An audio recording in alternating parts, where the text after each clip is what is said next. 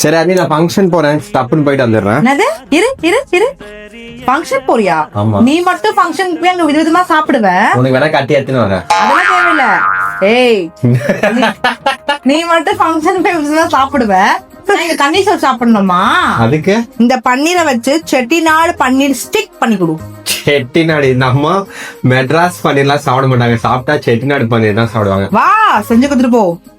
Function போறாங்க function.